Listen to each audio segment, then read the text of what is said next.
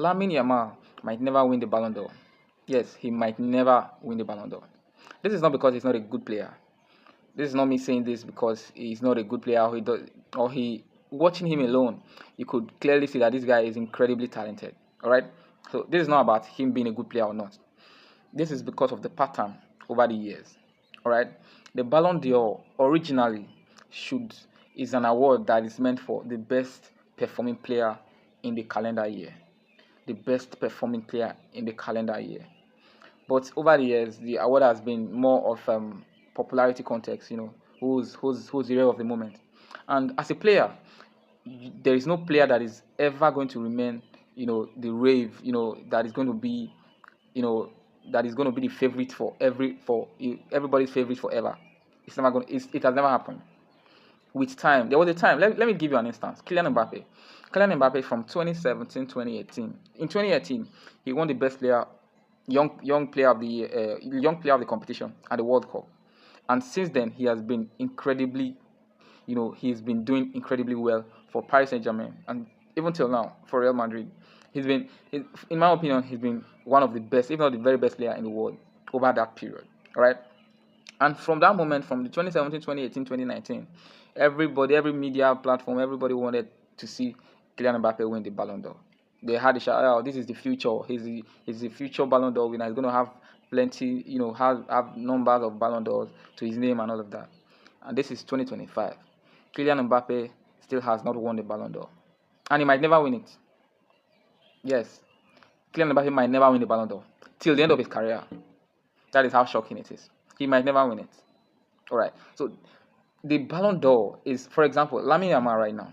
He's the rave. He's the one that he's having the shout for the Ballon d'Or. Everybody's talking about him, how good he is, and all of that. He's everybody's favorite right now.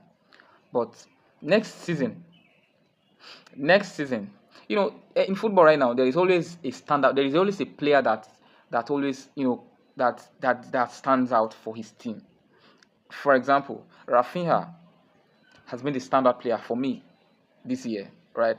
Because of the way he started the season, the season that just ended, the way he started it, not everybody expected, the kind of performance that Rafinha, like, the way the level of performance that he did put up, this very past season. All right. So Rafinha is that player that everybody can say that this guy is a standout player. He's had incredible numbers. He's had incredible season as well for Barcelona and all of that.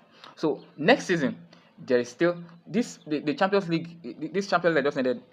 PSG just won it. Now Ousmane Dembele is in the forefront of winning that Ballon d'Or right now, and that is because they won the Champions League, they won their league the Liga title, and their domestic cup.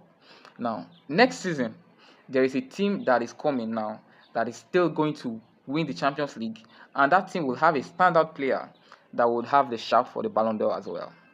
Are you getting me now? Now that does not mean that Lamine Yamal will not have a good season as well. He would have a good season, but that particular person that is in that team that just achieved that great feat will be the one that will be favored or will be given the Ballon d'Or in most cases. Now, this is not because this is because the award so far has not been about individual performance. It's about collective performance, achievements for your team and all of that. So you might be given the award not because you actually. Rodri was given the Ballon d'Or last year. Many persons never saw that coming. I never saw it. I never thought that was going to be possible. All right, but Rodri was given the Ballon d'Or not because of his individual performance like that, but because of what his team achieved in that year. He was important for his team, of course, but he was not actually the best player for that year. Vinicius Junior was there. Jude Bellingham was there. These guys had incredible seasons. All right, but that is what the Ballon d'Or is about right now.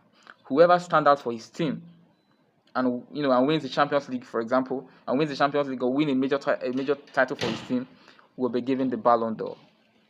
That is what it has been about. That is why Lamine Yamal, if Barcelona does not win the Champions League next year, Lamine Yamal will not win the Ballon d'Or. Even if he plays incredibly well, he will not win it.